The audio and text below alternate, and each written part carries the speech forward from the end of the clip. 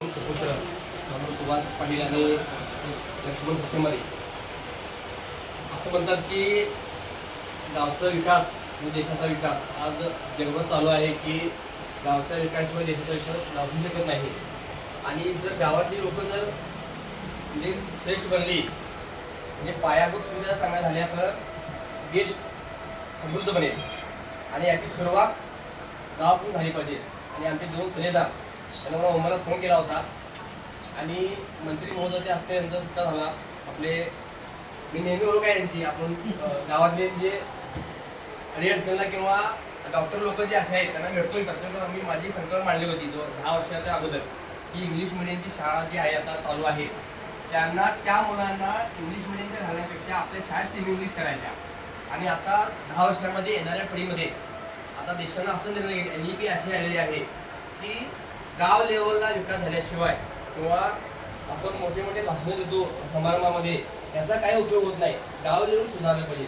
आणि याची सुरुवात म्हणजे उदाहरण म्हणजे लक्ष्मण सक्षमरे. कारण की इतक्या वर्षामध्ये कोणाला संधी मिळाली नाही. आता कशी मिळाली? कारण की जशी सिस्टीम केली गेली देशामध्ये जशी सिस्टीम केली गेली त्यामुळे त्याला संधी मिळाली आणि आपला गावचा कलाकार देशामध्ये चमकला. ही तर सुरुवात आहे. आणि पुढे देशामध्ये असं होणार तिथे सुरुवात आहे. आता NEP जी आलेली आहे NEP मध्ये आता देशाचं कमीत कमी 20 वर्षानंतर आता देशाची शिक्षण पद्धती बदलत आहे आणि त्यामध्ये हे सगळं घातलेलं आहे. आणि असं म्हणतात की एखादी कला ही अमर असते. Life is short but art is long असं म्हणतात. तुम्ही भलेही एखादी रुग्णाची सेवा करा, एखादी गायकी कला शिका किंवा एखादी ती कला अमर आहे. आज लक्ष्मीकांत बेर्डे मेलेला नाही आहे. आज आपण टागोर जो मेलेला नाही आहे अत्रे आज मेलेले नाही आहेत. कारण की त्यांची कला आज जिवंत आहे. हे काय ही कला ही अमर असते आणि या कलेतून देश घडत असतो.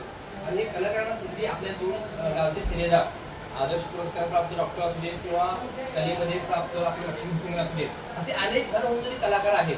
त्यांना आपण संधी दिली पाहिजे. आणि मी नेहमी म्हणतोय की आपल्या गावामध्ये भलेही राजकारण सगळ्या गटाचं असेल परंतु राजकारण आहे पण 2 दिवसाचं. एक मतदाना दिवशी आणि एक निकाला दिवशी. आणि सगळे हे मालकीश्वराचे कुठल्या गटाचे नाही आहे. सगळे हे मालकीश्वराचे असं म्हणतो मी. कारण की हे खरं आहे. कारण की हे गाव तुम्ही जर ग्रामगीता वाचला ग्रामगीता जे पुस्तक आहे भले तुम्ही ग्रामगीतेने सांगितलेलं आहे की देशाचा विकास कसा करायचा देश कसा भविष्यामध्ये न्यायचा हे सगळं सांगितलेलं आहे. आणि हे याची सुरुवात झालेली आहे. आणि आमचे दोन शिलेदार त्यांनी आज आमच्या गावचं नाव केलेलं आहे असं म्हणू आपण. कारण की त्या संपूर्ण मंत्रिमंडळाच्या ह्याच्या असते म्हणजे आपल्या लक्ष्मण सत्कार झाला परत जिल्ह्यामध्ये आपल्या डॉक्टर साहेबांचा सत्कार झाला. आणि निस्वार्थ जी लोक असतात त्यांचंच काहीतरी होत असते. जरी तुमच्या मनामध्ये स्वार्थ असेल तर तुम्ही यशस्वी होऊ शकत नाही असा नियम आहे. आणि ही निस्वार्थ सेवेचं एक फळ आहे. त्यांना असंच म्हणतो मी आपल्या गावचं नाव होऊ दे. आपल्या सगळ्यांचं तुमचं जर नाव झालं तर आपल्या गावचं तू कुठल्या गावचा आलो इथं कुठल्या गावचा. आणि 2 गोष्टी विचारतात तुला कुठला मात्र शिकवतो आणि तू कुठल्या गावचा आहेस. कारण की इथं शिक्षकाचं नाव होतं आणि इथं काय होतंय गावचं नाव होते. आणि खरोखर तुम्ही आमचं गावाचं नाव केलेलं आहात. तुम्ही असेच म्हणजे करत राहा.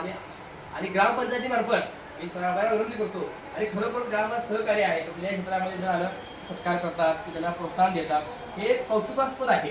आणि हे केलं पाहिजे. कारण की आपल्या कलाकारांना प्रोत्साहन देणे आपलं कर्तव्य आहे. आणि असंच आपल्या गावचं नाव होऊ देत. आणि आपलं गावचं नाव देशामध्ये मी दिल्लीला ज्यावेळेला गेलो होतो 15 ऑगस्टला 1917 त्यावेळेला जेव्हा मला सेरेमनी प्रत्येक विषयी शिक्षक त्यांनी मला पहिला प्रश्न विचारला तू गावातून इथं आला दिल्लीमध्ये आलेला आहे गावातलं काय म्हणजे तू गावामध्ये काय करत. आम्ही गावामध्ये कायच केलं नव्हतं. म्हणजे आम्ही गावामध्ये फक्त प्रोवाइड म्हणून गेलो होतो. गावामध्ये पायाभूत लोकांना आपण विकास केला पाहिजे. म्हणजे गावच्या लेवलला आपण भले मोठे सगळ्यांनी मोठं म्हणतोय आम्ही हे कसं तर आपल्या गावामध्ये आपण काय करू शकत नाही असं आहे. मग हे आपण आता सुरुवात झालेली आहे असं म्हणू आपण. कारण की देशानं ती सिस्टीम केलेली आहे. NEP सगळ्यांना संधी दिली आहे. कलाकारांना संधी दिलेली आहे. म्हणजे डॉक्टर लोक सगळ्या लोकांना संधी दिली आहे. आणि भविष्यामध्ये असंही होत राहणार. आणि शिक्षणामध्ये आता बदलत चालला आहे. त्याचं हे प्रोत्साहन आपल्या देशा सिस्टीममध्ये जात आहे. म्हणजे आता 1900 NEP जे आलेले आहे सगळं बदलत चाललेलं आहे. आणि हे 2 शिलेदार याचं एक उदाहरण आहे असं म्हणतो मी. कारण की आता इतके वर्ष नव्हतं आता झाले म्हणजे हे उदाहरण आहे. आणि असं होत राहील आणि गावचं नाव होत राहील. धन्यवाद.